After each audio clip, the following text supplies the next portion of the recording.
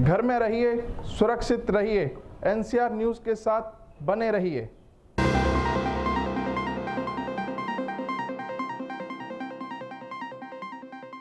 अब तक हम बात कर रहे थे हरियाणा के विकास कार्यों की, आइए अब हम बात करते हैं गुरुग्राम की। पंजाबी प्लेटफॉर्म पे बैठा था तो उस समय पंजाबियत की बात कर रहा था, अब मैं सरकार की बात कर रहा हूँ। तो ये हमारा जो संगठन है ना, उसकी एक अलग पैरामीटर है। वो काबिलियत भी देखते हैं, उस व्यक्ति का अनुभव भी देखते हैं।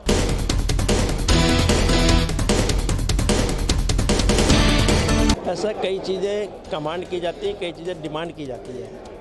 तो मुझे ये जो पदभार दिया गया है, क्योंकि मेरी बैकग्राउंड ही कॉर्पोरेट है, मैं उद्योग जगत से आता हूँ।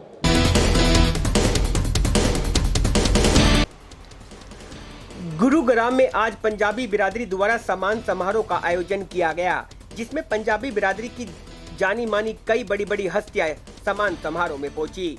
सम्मान समारोह में भाजपा नेता भोगराज सीकरी का जोरदार स्वागत व सम्मान भी किया गया। कई शहरों से सम्मान समारोह में पंजाबी बिरादरी के लोग यहां पर पहुंचे। सम्मान समारोह में पंजाबी बिरादरी को एक करने पर ज्यादा बल दिया गया। आपको बता दें, अभी हाल ही में हरियाणा के मुख्यमंत्री मनोहर लाल खट्टर ने CSR ट्रस्ट का गठन किया है, जिसमें हरियाणा के मुख्यमंत्री खुद चेयरमैन बने हैं और भोगराज सीकरी को ट्रस्ट का उपाध्यक्ष नियुक्त किया है। मीडिया से खास बातचीत के दौरान भाजपा नेता भोगराज सीकरी ने कहा कि भाजपा ने मुझे जो CSR ट्रस्ट का उपाध्यक्ष बनाया है, ये मेरे लिए बड़े सौभाग्य की बात है। पंजाबी बिरादरी का शुरू से ही प्रदेश में दबदबा रहा है और 2 बार हरियाणा के मुख्यमंत्री मनोहर लाल खट्टर हरियाणा प्रदेश की बागडोर संभाल रहे हैं। सम्मान समारोह में भोगराज सीकरी ने कहा कि गुरुग्राम में सबसे ज्यादा वोट पंजाबी बिरादरी की है, इसलिए 2024 में अब की बार गुरुग्राम से विधायक कोई पंजाबी बिरादरी का ही होगा। अगर आपने अभी तक हमारा चैनल सब्सक्राइब नहीं किया तो अभी सब्सक्राइब करें और बेल आइकॉन को क्लिक करके हमारी लेटेस्ट वीडियोस के बारे में अपडेट जानें। ऐसा कई चीज़ें कमांड की जाती हैं, कई चीज़ें डिमांड की जाती है। तो मुझे ये जो पदभार दिया गया है, क्योंकि मेरी बैकग्राउंड ही कॉर्पोरेट है, मैं उद्योग जगत से आता हूँ, विशेषकर औषध उद्योग से। तो जैसे हमारे अतुल मुखी जी कह रहे थे कि उनकी पैनी निगाह है मुख्यमंत्री महोदय की। अब HSIDC में उनको फार्मास्यूटिकल पार्क लगाने के लिए किसी एक्सपर्ट की ज़रूरत थी, तो उन्होंने मुझे एडवाइजरी में लिया। उनको लगा कि भाई गुड़गांव के अंदर रोड सेफ्टी कमेटी में मुझे उन्होंने लिया, स्कूल सुरक्षा वाहन में उन्होंने लिया।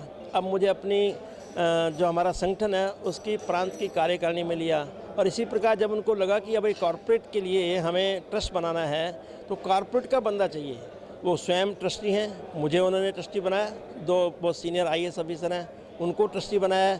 उन 4 ट्रस्टी में से उन्होंने खुद को चेयरमैन और मुझे वाइस चेयरमैन का पद दिया। तो ये बेसिकली उनका प्रेरोगेटिव था और उन्होंने मुझे ये रिस्पॉन्सिबिलिटी इसलिए दी क्योंकि मैं कॉर्पोरेट जगह से आता हूँ।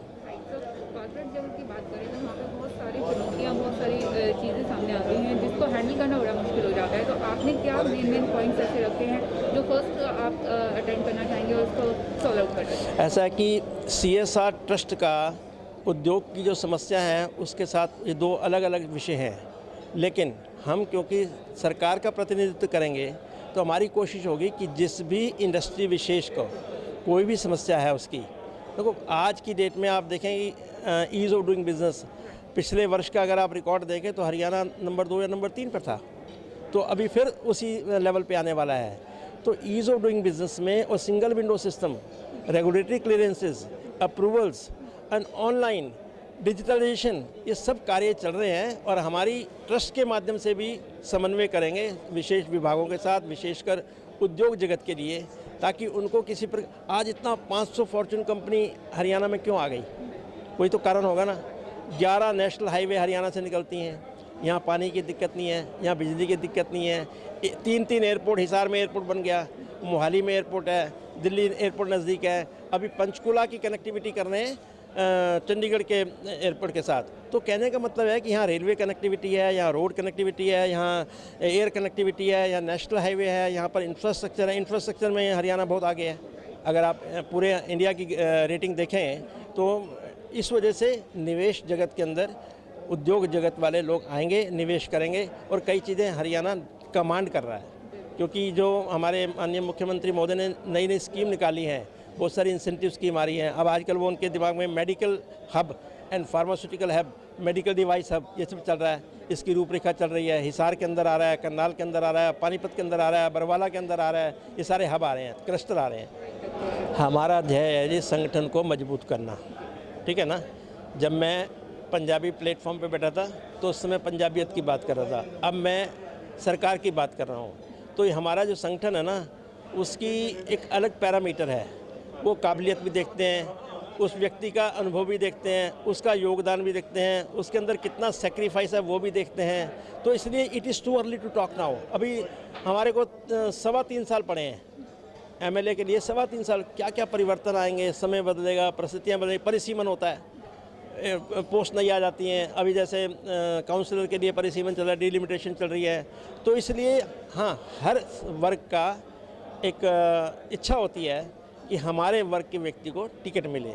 बाकी हमारा प्रयास रहेगा, कई चीज़ें ईश्वराधीन है। गुरुग्राम से एनसीआर न्यूज के लिए एमी शर्मा की खास रिपोर्ट। अपने शहर की ताज़ा खबरों के लिए एनसीआर न्यूज़ के साथ बने रहिए। चैनल को लाइक व सब्सक्राइब करें। नमस्कार।